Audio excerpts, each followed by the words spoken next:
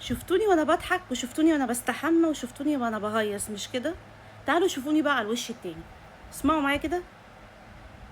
السلام عليكم استاذ احمد. بص حضرتك، لوجي محتاجه عمليه على طول، او زي جهاز كده للفك، لان عندها اعوجاج. احنا في العياده الدكتور بيقول لي هيكلف 8 الجهاز اللي هيركب، عشان الفك عندها ضيق اللي فوق. بتحكي لي فبس تبعت بعد اذنك الفيديو ده لابوها او كده، عشان انا انت حضرتك عارف ان هي نفقتها 1000 جنيه، انا هدفع منين 8 او 10000 جنيه؟ هو الدكتور موجود اهو. دكتور بعد اذنك هيكلف كام؟ 8. تمام، بعد اذنك يا استاذ احمد معلش. لوجي بقالها فترة بدلت واسنانها كلها داخلة في بعضها، واجعينها. فرحت اكشف لها، الدكتور قال لي البنت عندها في الفك اللي فوق ضيق، دي خلقة ربنا، ومحتاجة جهاز يوسع الفك اللي فوق من قدام ومن ورا، والجهاز ده هيكلف 8000. قلت له هو ده التقويم؟ قال لي لا، التقويم ده لسه هيبقى جهاز تاني بعد 6 شهور هتلبسه، يعادل 30-40 ألف جنيه. فقلت خلاص نعمل لها اللي هو ابو 8 ده، اللي هو بداية، اللي هو لازم يتعمل، عشان قال لي لما تكبر هتحتاج عملية تبقى كبيرة جدا ومكلفة جدا، ودي بنت والكلام ده كله.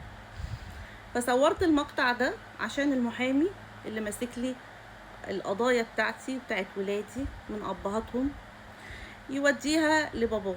طبعا باباها ما يعرفش عنها حاجه، بقاله 3 سنين رميها.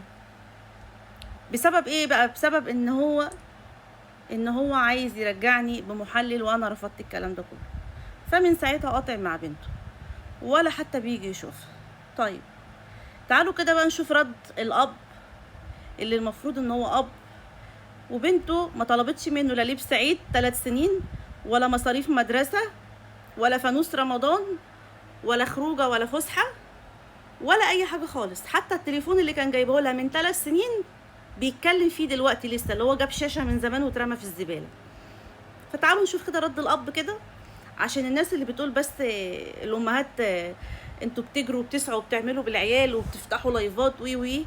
احنا بنحاول نلم اللي فيه رجاله عاملين نفسهم بشنبات مش عارفين يعملوه، احنا بنلم وراهم. اسمعوا كده رد الاب. السلام عليكم يا معلم انتصار، اخبار معالي.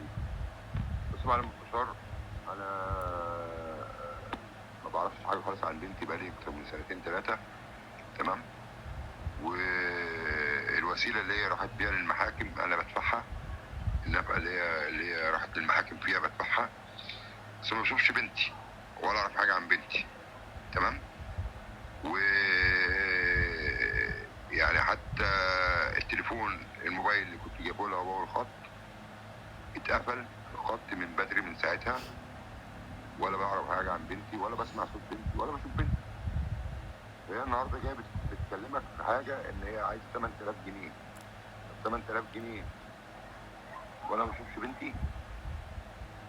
حتى في الاجازه كلها ديت، حتى بنتي ما جاتش عندي يومين تقعد معايا يومين. تمام على المستشار، المفروض ان انا اشوف بنتي، وانا رقبت بنتي ما عدتش حاجه عن بنتي ابدا، ومش 8 لو حتى 80,000. بنتي انا ما اتاخرش عن بنتي، بس مش هقدر اقول لحضرتك حاجه غير كده. انما انا هبعت فلوس وما بشوفش بنتي وما اعرفش حاجه عن بنتي، ده شيء صعب شويه. اولا حضرتك اللي ما بتسعاش ان انت تشوف بنتك، محدش منع بنتك منك. انت اللي بقالك 3 سنين لما عرضت عليا المحلل ان انا ارجع لك، قلت لك لا احنا مش نافعين مع بعض بالحلال، هننفع مع بعض بالحرام. فانا ما رضيتش ارجع لك وخدت ولادي ومشيت. تمام، حضرتك ما دورتش على بنتك في ال3 سنين، بل بالعكس لما كنت بتيجي تروح لوالدتها قبل ما تموت الله يرحمها، وتقعد تزورها وهي في اسكندريه وانا في اسكندريه، واعرف منها ان انت جيت لها امبارح اول امبارح من القاهره، قعدت يومين في اسكندريه وزرتها ومشيت من غير ما تزور بنتك. فانت عارف ازاي تيجي وقادر تيجي. وفكره ان انا اجيب لك بنتك لحد عندك ما ينفعش، لان والدتك توفت، وانا ان كنت باجي على حسها فما عادش ينفع اجي. بالنسبه للزوجه التانية، طب تعالوا نسمع بقيه الفويسات. بالنسبه ان هو بيتكلم وبيقول ان انا بنتي اديها عينيا وكده، ده كلام، يعني احنا ما شفناش فعل، ده كلام.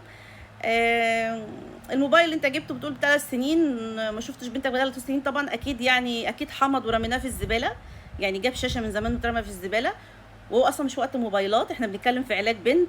فتعالوا نسمع بقيه الفويسات. انا رديت على المحامي وقلت له كذا. السلام عليكم يا استاذ احمد. خلاص حضرتك عملت اللي عليك. هو بيتكلم في انه ما شافش بنته بقاله 3 سنين، ما حدش منعه منها. انا مش المفروض عليا ان انا اخدها ويقول لك تيجي لي يومين. هو عايز كده، عايزني اروح له بالبيت اقعد معاه، او اقعد البنت لوحدها من غير امها يومين مع مرات ابوها. تمام. وهي البنت رافضه ان هي تروح تقعد مع مرات ابوها. هو لو عايز يشوف بنته يجي، انا واحده مطلقه منه، مش مفروض ان انا اروح اقعد معاه. تمام. عشان هو انا لما كنت بروح اوديله البنت وامه عايشه، كان بيبقى في حاجه اسمها والدته، انا قاعده عندها لحد ما ياخد راحته مع بنته، لو بايته ليله ولا ليلتين. بس الموضوع اتحول ان هو عايز يجيب لي اللي هو اللي يجيب لي محلل ويرجعني، يا اما يتقمص القمصه ال3 سنين دي. يعني هو مقموص من ساعه ما انا رفضت المحلل. فهو لو بيتكلم بيقول لك بنتي ما شفتهاش 3 سنين، طب انت ما جيتش لبنتك ليه؟ ما هو كان بيجي لامي الله يرحمها في بيتها من غير ما نعرف، وانا قاعده في بيت تاني خالص، كنت امي تقول لي ده جه قعد يومين وفي اسكندريه وزارني وراح وجه. فلو هو عايز يزور بنته كان جه، محدش هيمنعه. عن طريق حضرتك يتفق وانا اوديها له افرجها، يجي يشوفها، نتفق على مكان اقابله فيها بالبنت. انما هو مستكبر ان هو يتواصل مع بنته، عايزني انا اللي اخدها واوديها له لحد عنده. طب انا ايه اللي باخد منه نفقه كام؟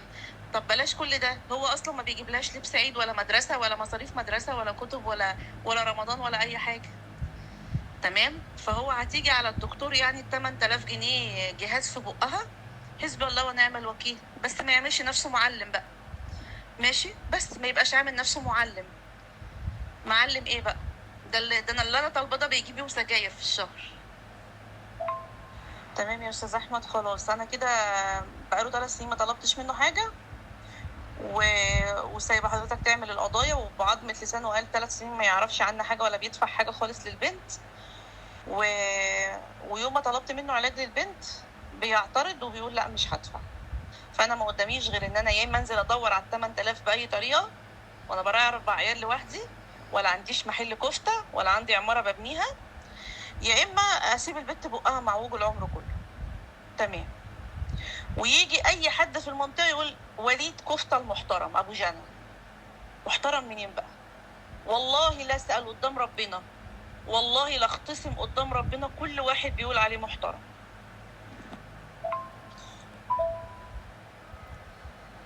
طيب يا جماعه، طبعا انا سمعتكم الفويسات عشان بس ارد على التعليقات اللي جت على الفيديو ده. كل الناس طبعا قالت يعني كتر خيرك على الكلمتين اللي قلتيهم، لان هم فعلا يستاهلوهم. بس الفكره ان في ناس ما تعرفش احنا بنعاني قد ايه مع اشباه رجال عاملين نفسهم ابهات. الباشا مقاول كبير، عنده مطاعم كبيره كباب وكفته، مش عايز يبعت لبنته علاج بعد 3 سنين 8000 جنيه عشان بقها ما يتعوجش.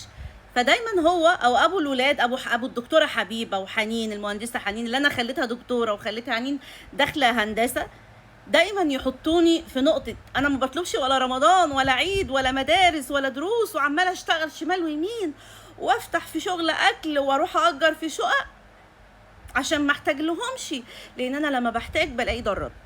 تمام. انما لما اتزنق والبنت محتاجه عمليه، يبقى الكلام كله على ان انا اصلا ما بشوفهاش، اصلك انا كنت جبت موبايل من 3 سنين.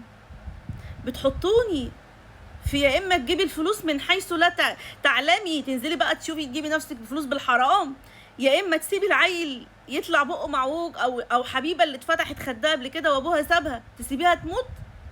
بتحطوني في الفك ده، حسبي الله ونعم الوكيل.